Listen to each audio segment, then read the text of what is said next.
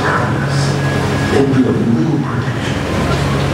For when the dreaded drop hits, it will be like a tsunami, a tidal wave torrent that will drench the paper fibers and will mercilessly drown any nanofilms like this. So we have it happen.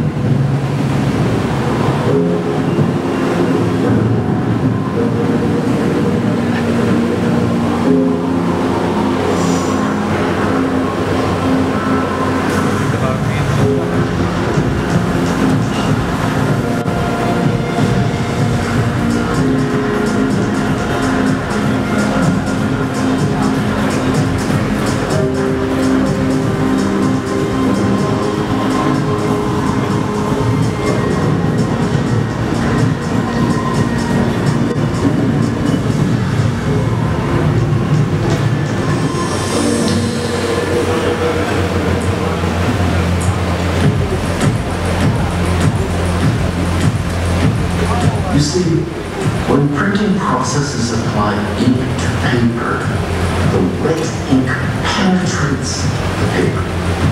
Now, this is true for all printing processes. In the case of inkjet, however, there's so much water in the ink that the paper becomes totally saturated. The paper and water don't mix. Paper gets swollen, deformed, and cockled.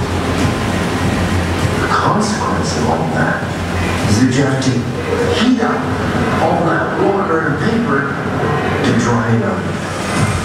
And that consumes a tremendous amount of energy.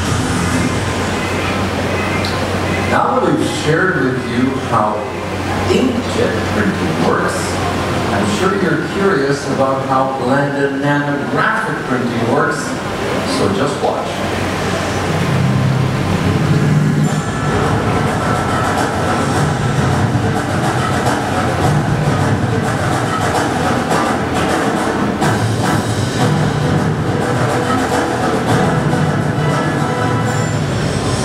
Nanographic printing begins with the injection of billions of microscopic droplets of Landa nano onto the special image conveying blanket. Each row of ejectors adds its own color of nano.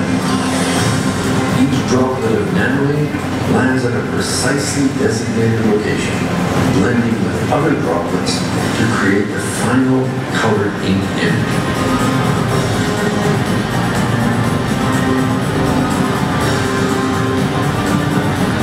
As each droplet lands on the heated blanket, it begins to spread and lose its water, becoming thinner as it does so.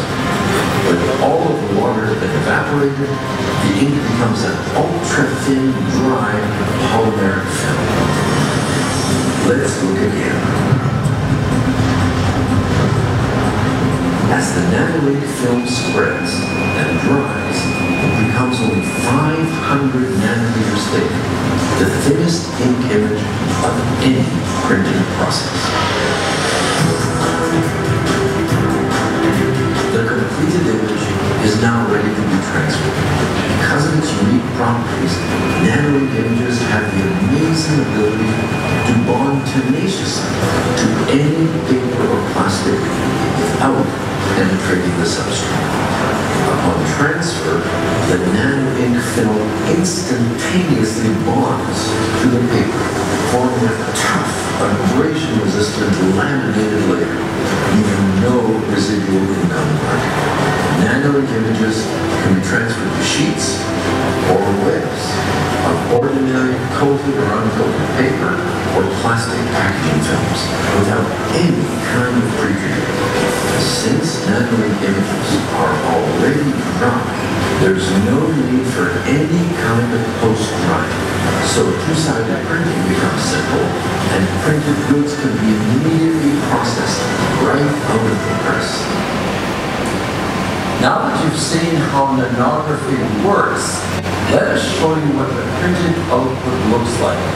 We are now going to compare the offset printed dots with which you are also familiar, with inkjet printed dots, with nanographically printed dots, and in this example, all on ordinary, plain, uncoated paper stock.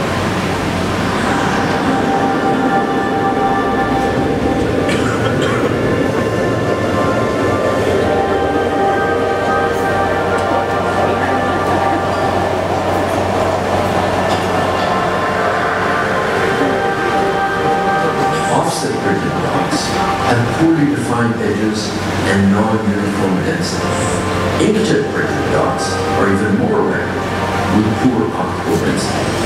And this is nanography. Note the extraordinary edge sharpness, high image density, and uniformity. Such a startling effect deserves a more in-depth explanation. You see, as the ink penetrates the paper, much of the pigment ends up below the surface, reducing optical density and uniformity.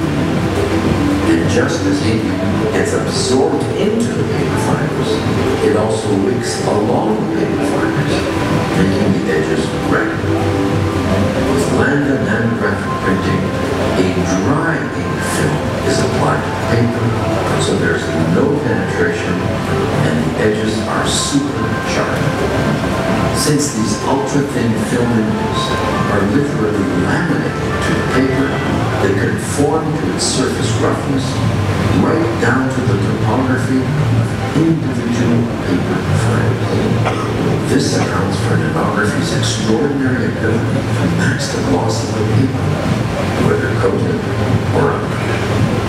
Unlike conventional inks, in which the pigment particles are many hundreds of nanometers in size, Landa nano ink pigments are merely a few tens of nanometers. These nanopigments are not only super efficient absorbers of light, but they also don't scatter light.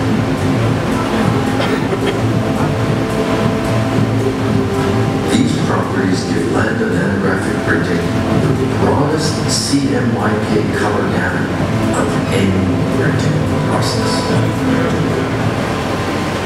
So what have we seen so far?